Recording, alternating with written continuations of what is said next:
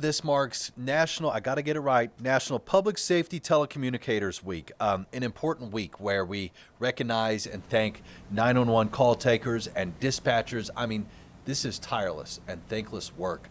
Doug Turnbull here to help us shine a spotlight them. Yes. And I guess the best thing we can do is make their jobs easier when we have to call, right? That really is the best thing, because look, most of the time they answer the phone. I try to remind myself of this when you hear me rattling their cages, calling, trying to ask about crashes and stuff.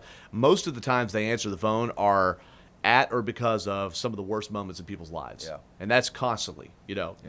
At a customer service desk at a retail place, you might get some people having a really bad day, but sometimes it's someone just wanting to swap blenders, okay? This is totally different. So, what I wanted to do is check in, particularly with Cherokee County 911, because they do some special things to help the culture in their dispatch room. But also, before we even got into the culture stuff, simply ask them, how can we help you? Because I hear things done wrong all the time when I hear police with this little shards of information trying to get to incidents. So the first thing, says their community outreach person, Jennifer Lasnick, is location. Here's what she said about that. I would say the biggest thing is to know your location. We can't get help to you if we don't know where you are.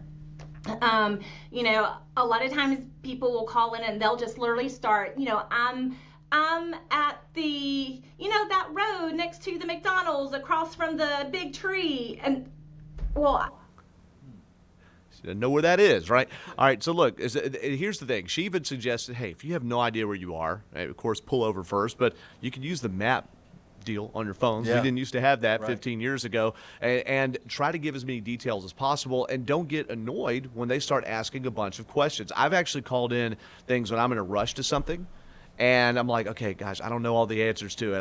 I saw a person lying down over here somewhere or something like that. And it's just, let them ask you the questions because it's protocol, and the more information they have, the quicker they can get to you. And the next thing, as hard as it is to do, especially if you're having the worst moment of your life, is try to remain calm, because if panic or anger or something takes over, that information just doesn't get out to them clearly, okay? And it helps, their job is to help you stay calm as well. Now, in Cherokee County, keep in mind, all this gravity is happening on them at once. They're answering these calls all the time. And I was so impressed by them. I went up there 2 years ago to see all the links they go to, not during just Dispatchers Week, but year-round, to take care of their 911 dispatchers. So, for one, this week, the fire department, you know how great firefighters are cooks, right? They're coming in different shifts to cook meals for them, breakfast, lunch, dinner. They have adopted dispatcher this week, where dispatchers fill out a wish list of snacks or different tchotchkes, things they want that people can pick up, and the public can even do that. And they also have something called the Tree of Life. And the Tree of Life, this is cool.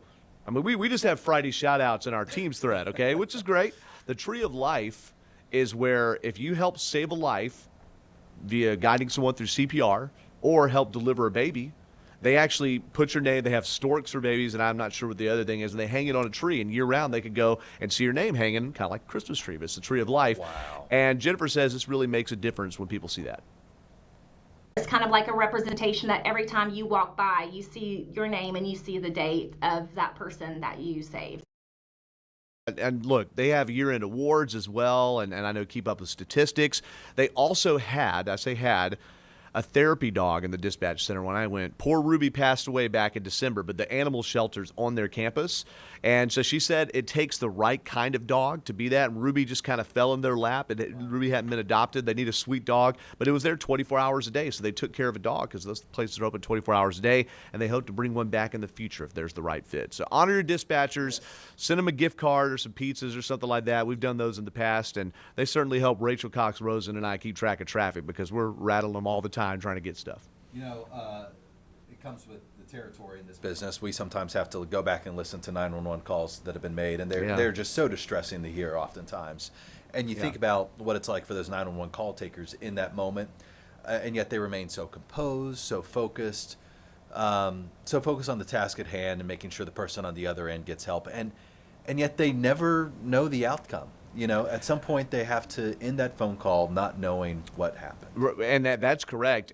So Jennifer actually told me that they sometimes try to follow up with the fire department and find out, hey, did that person make it out of the hospital, so they can do the proper honor with that Tree of Life thing. You know, but yeah, sometimes they don't know. I've had a dispatcher in a different county tell me that someone's taken their life on the phone. All right, Yeah. imagine, I mean, that could change your life here at one time. They hear people, what's called low sick, on the verge of passing away, or even passing away or found dead, quite a bit. So Yep. anything we could do to give them a leg up. They are the tip of the spear to first responders.